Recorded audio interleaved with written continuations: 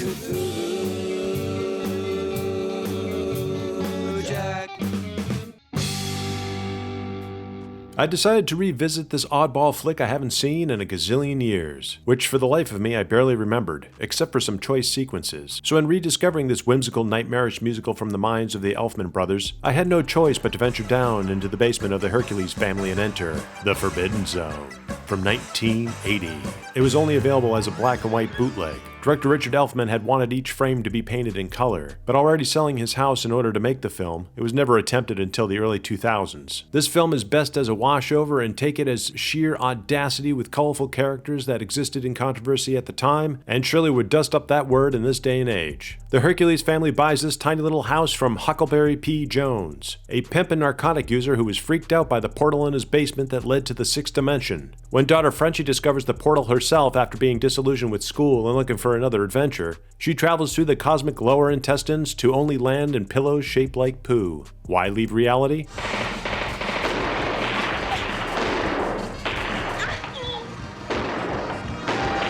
If your class was as zany as these cats, I think I would jump out a window too. There's a lot to weave around here in the edit, mind you. So what little candy I'm presenting, there's a basket of goodies when you sit down for a full viewing. The pair that made me laugh out loud the most, I would have to say, are the Kipper brothers.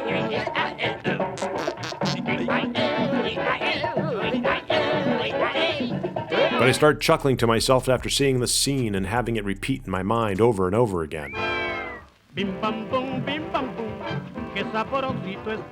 Frenchie is brought in front of Queen Doris and King Fausto, played by Susan Tyrrell and Hervé Villachez. The Queen's musical numbers are hypnotic, and the cast of characters who surround her are a feast for nightmares.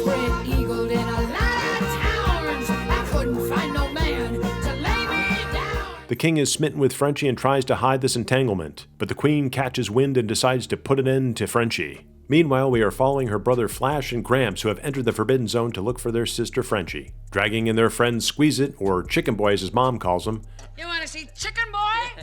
To aid in the rescue, only to be captured and brought before Satan. Well, son, let me tell you, I'm so pleased to meet you. The boys and I've been expecting to meet. After Squeeze-It captures the Queen's daughter for the devil's amusement, his noggin is lopped off, just like that of a chicken. The irony. Only to sprout a pair of feather dusters and alert the king of what's afoot. By the way, Squeeze-It's mom falls for a drunken sailor and maniac himself, Joe Spinell. This guy is everywhere. Before Ma Hercules manages to find her way down to the sixth dimension and snuffs out the Queen, we enjoy an old-school catfight between the prior Queen, who was locked away, only to escape by the propeller hat-wearing Flash, with a closing number that one would expect.